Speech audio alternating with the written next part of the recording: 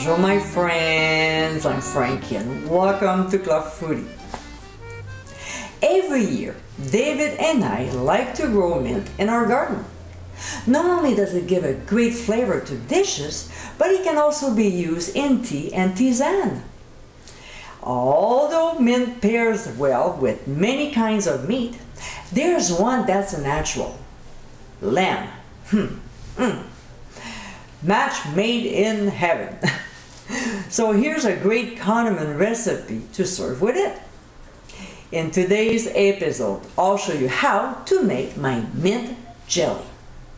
Super easy to make.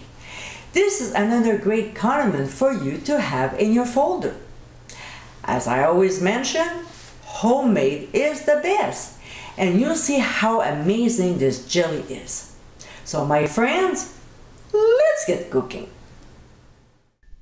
In a large saucepan, we'll add some fresh chopped mint, pour in cold water, and then add chopped lemon zest.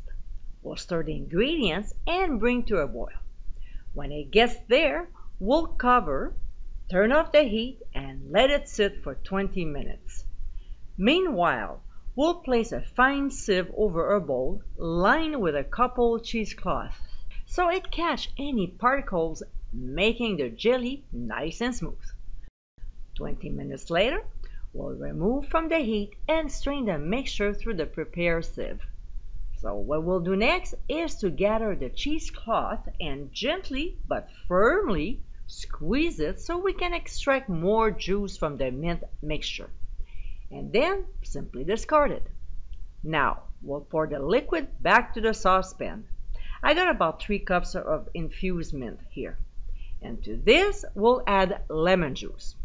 Next, in a large bowl, we'll add a full packet of pectin and granulated sugar.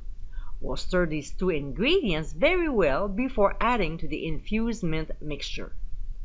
We'll also add pure peppermint extract, and if you want a vibrant green color instead of gold, add a few drops of green food coloring. I'm using my natural green food color, so if you want to get the recipe, click on the top right corner of your screen. We'll stir once again, bring the mixture to a boil, and cook for 2 minutes.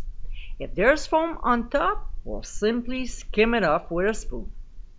We'll reduce the heat to medium and cook for 10 minutes before removing from the heat. I like to strain the mixture once again to make sure there's no little pieces of mint. If you want, you can skip this step. Now we'll transfer it to the prepared jars. I won't go over the canning process, but if you want more info, click the link on the top right corner of your screen. We'll process the jars in a water bath for 15 minutes, timing after the water returns to a steady boil. And my friends, this is our mint jelly. Fresh and colorful, this is the perfect condiment to serve with lamb. It can also be used to make thumbprint, linzer, or sandwich cookies. Thinking ahead of the holidays, this jelly would be a great gift. I hope you give it a try soon, and be sure to visit clubfoodie.com for ingredient amounts and more info. Until next time, my friends, bon appétit!